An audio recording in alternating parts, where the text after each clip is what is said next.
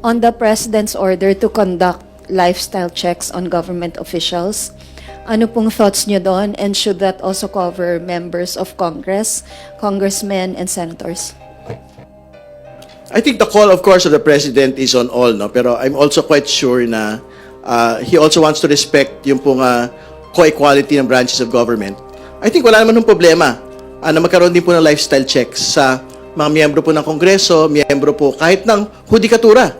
Kasi syempre, kailangan naman po talagang all-encompassing. And more importantly, meron po talagang mga expectations, no, on all government officials, on all government employees, na talagang pong dapat we should be able to lead and live modest lives, no?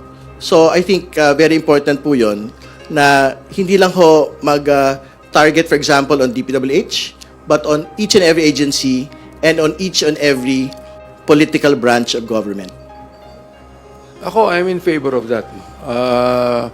Kung nais ng Pangulong simulan sa DPWH, well and good, no?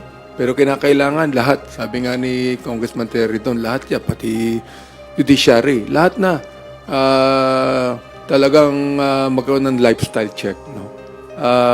I'm in favor of what the President has said.